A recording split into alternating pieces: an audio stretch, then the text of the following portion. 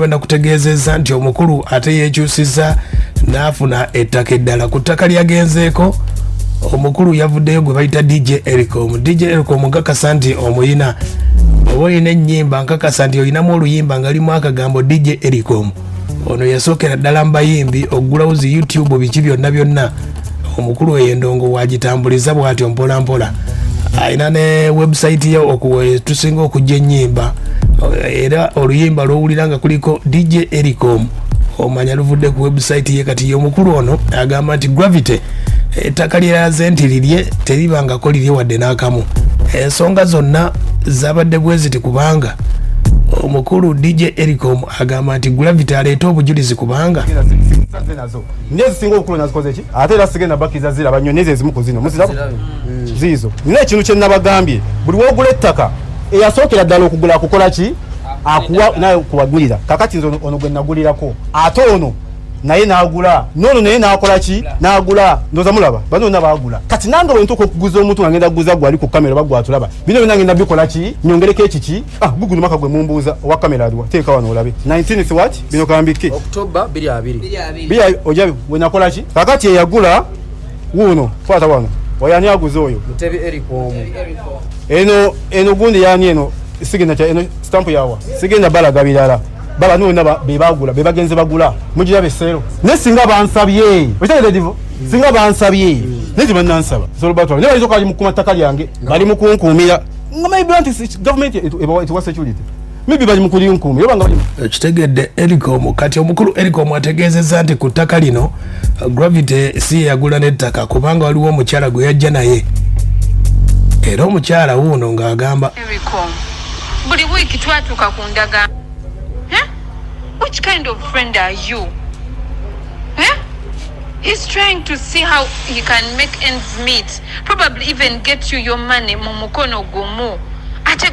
gwomu ali mu kirinyamu. Why would you do that?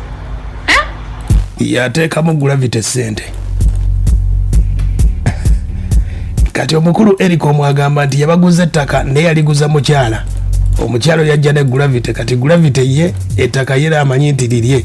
agamba basasulako $3 ne basigazayo $7. Kati balance tebannazireeta ate Gravity azanyira mu ttaka nga talina ndagaano zimalayo. nasooka nemugamba jangu onsange wali ku plot eyasooka nansangawo netugenda nga tweyongerayo kati munnaye mukakanya ngambye katukuwe sente onze mbadde situna naye kola ki bwe oyina ze njagala kola ki mugamba mpa $9 takikola ki mpa $8 tazikola ki konze nze ngenze nga twesiibula nga naye ng'akomawo nga ngamba enkera nga ngamba nja kudamu sisinkane wayitawo ennaku zaalinga nga 5 angamba sente nzikoze ki omanyiza embeera nyo emityana engeri gye ndi retired emityana eyo gye nawummulira era wano we munsanze ndi ku ofisi ya chairman kirinda seero busaabala nga nzija ku ofisi ya chairman n'omukyala n'abantu be nga nange nzija n'abange nga tukola ki nga tuwandiika ani gwe nguziza ettaka omukyala oli muguza ki ettaka omukyalo oyo mu ndagaano mulimu Sherry Kulthum. Yes, Sherry Kulthum gemanya agali muki nangamba Kulthum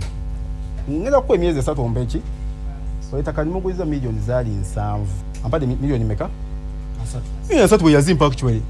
ngenda okuvaawo nga wali obyengiragira nezigwawo ngomanyi bya sente tuzikuwa kwa tubukadda so nezigwawo nga bansabe emyezi egi aya basi bamusaba emyezi 5. Gravity agenda mu kivulu ekivulu kimusala omukazi asirika kibo kiti yali yandetera mukyala yangamba nomukyala we gwakoze ki nze simanyi mukyala we sibimanyi bange oba sister we simumanyi nze nenguza ki ku ofisi ya chairman wano nkugambe namu emyezi 3 ko yempe emyezi 5 omukyala emyezi 5 negigwako nyongera 2 negigwako nyongera yenga loza nti milioni ananja kuddawo nzikole ki actually ziyana mu 7 kati nga mbagambe twali nagambye twakomakaawo nesuka nembisirikiramu so no chenyago bategeza kiri kimu nti ettaka lye busabala eryo lyempulira nti bagenda kuzimbako eddwaliro mbadde mbasaba eddwaliro balijjewo balizeeyo gye baagala oditeeka kubanga omwami oyo balina basobola okuteeka eddwaliro nze manya yakuzimbawo eddwaliro nsobola odizimba wemanga na sente ine ndiwo abantu ne sinatuusa kikulu manyi kiba naterekawo okuteekawo eddwaliro bwezira balansi wange mugambe palazo ziriwa ziizo nga nzimu kubanga it is still my property bw'ogula emmotoka nga tonagimalayo basigaza ki kati kusawo yalina nyini motoka alina kaadi kati nange nze nina documents ez'omukyala zatanaba kummalayo so bwaba alese balansi wange nsobola omugamba nkola ki naye ate niwaba tamuleese nange nsobola okukuŋŋanya eze nenzikola ki nenzimuddiza anti wulira Busabala is a prime land, prime location whereby kabaka Busabala land eno kabaka yagirekawo nga alina level kwajagalira kati Busabala ye wantu wala bapoloti nti bw'ogiteeka katali mumu abasajja ba Buloko ba Brian abamanyi mu Busabala omwo abatunda poloti aya basi ye mukulu oyo gwe bagamba eyabbye ettaka bino ebigambo yabyogeredde ku ttaka amulinda avuddewo ng'akola akatambi wulira era nga nabasuubiza ze moto yange eri waka nonti wadis tukola si bigambo si kwogera nnyo kitusinga okumanya kukola kati right now twatandise dda omusingi bimapima tulabe nga eddwaliro ligenda fitinga fiti era sunu ngenda balagane plan yayo nja gipostinga buli mwajja giraba so wendi wane Busabala kirinda sell German straight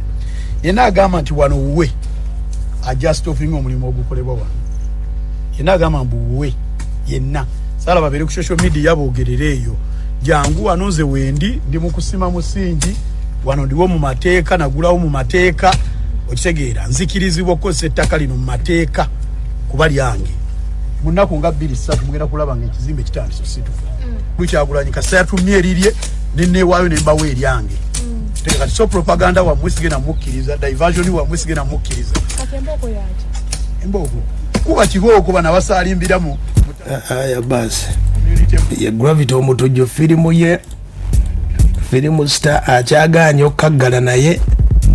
okatuuse ku nkomero yaako naye bannange